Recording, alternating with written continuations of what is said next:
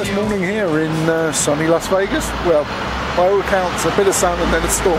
Outside Circus, where I'm staying for the time I'm here for Mobile Beat and to visit Las Vegas. So I'll show you a little idea of where I am in comparison to the Riviera. I'll just swing it round. We've got one entrance here, but basically this is the Riviera. Mikey Mike and Alan Robb got me a good deal.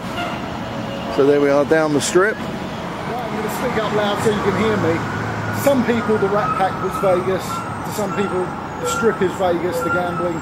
To me, growing up, late 60s, early 70s, it was always about Elvis. Those first scenes of Vegas that really I comprehended was all about this place. It's the Las Vegas Hilton, or as it was known there, the Hilton Hotel Las Vegas. To me, this is iconic, as iconic really as Graceland's for Elvis. He done his first appearance here after 8-9 years not appearing live.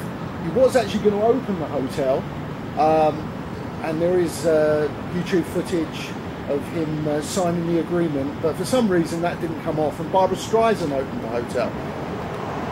Elvis, of course, then signed an exclusive contract for millions, and went on to be really the star of the city and the star of the show. It's always synonymous with the Hilton.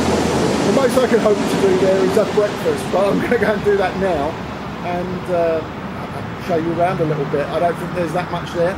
We're going to try to get up to the 30th floor, room 3000, which was his suite, Elvis's suite, but there won't be a lot to see, but I want to go. And again, what I want to do is kind of put in perspective where we are along the strip and give you an idea how far you've got to walk. This is a little side entrance. I'm not sure I'd walk down here at night because there's not a lot happening, but during the day it's the back of the Riviera. And as we swing round, it's sort of a 5-minute, 10-minute walk to the Hilton Hotel, which is set just off the strip. So on at the Riviera at the moment. Masters of Rock and Crazy Girls. Ross Reavers. I quite fancy this. Barbara and Frank, the concert that never was. And if you're going to get married, you can get some flowers there and get married. Here's the new sign. I must look up when the new sign was put up, because obviously there's always that iconic Elvis sign they always show you from the Hilton. But this is huge. This is bigger than most hotels in the UK. Just a sign. And the great Tony Bennett is playing here. One artist that has got better as he's got older. I mean, he's basically an old man now, and I think his voice is better than when he was in his 40s. Absolutely fantastic. Up here, oh, not very good photography. Here we go. Up here is the Hilton. This, if we think of everything on the right here, is the original hotel.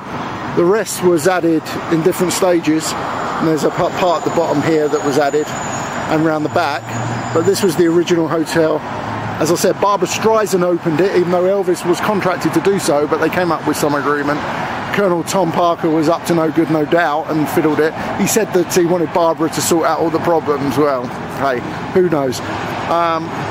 It was said that he had a lot of gambling debt, so I don't know what that means. The Hilton Hotel. So let's go up to the Hilton and outside. I knew it was here, but I just forgot for some reason. We come across the commemorative Elvis statue, and I got to say, I'm a bit choked up. The King was the King, and my favourite artist of all time. And of course, he had that long run here, and synonymous with the Hilton. I don't know, choked up. It's hard to say anything, but I enjoy the flowers. Several plaques around the statue. I've taken some photographs, so we'll just scan round, and perhaps I'll put it at the end of these videos so you can read them, or you can freeze the video. But coming here to Las Vegas initially it's been a bit mind-blowing, but I really brought it home coming up to the Hilton. Sounds a bit sentimental, but hey, I'm a sentimental guy. I'm going to read this. To Elvis, who will be remembered by the many great artists in the Hilton showroom and by the millions who enjoyed his great performances on our stage. There's nothing more I can do. Quick scan. won't. There's no one gambling here, so.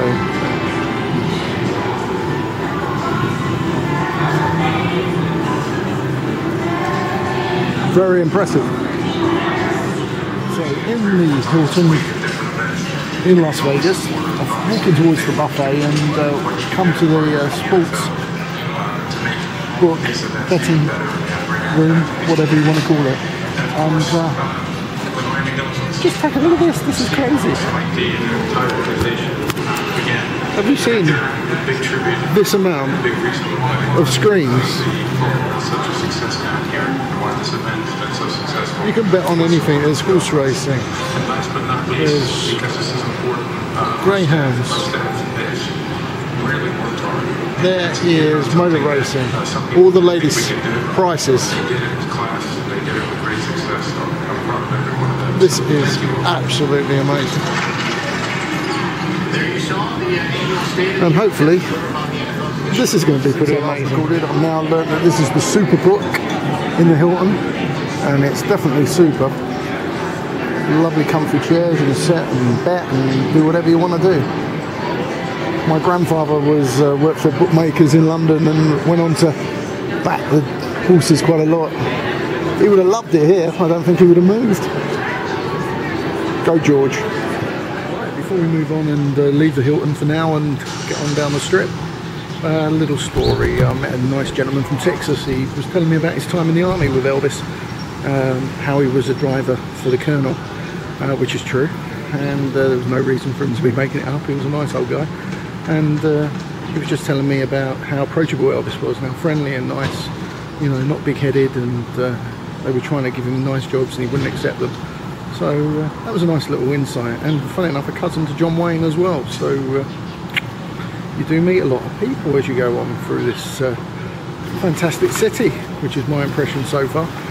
But I've got a feeling I'm going to be back here. Oh, they're doing the cleaning up, so I'll be back here before long. That's my little visit to the Hilton in Las Vegas. No doubt we will be back here. Had some breakfast, check my videos out on that. We're going to hit the monorail, go down the other end of the strip and see what we find. The action takes place between Feb 9th and Feb 11th. Jason Early will be flying in to bring you the latest news from Mobile Beat and to see what's happening on the strip. And of course, there's those after show parties. Keep watching.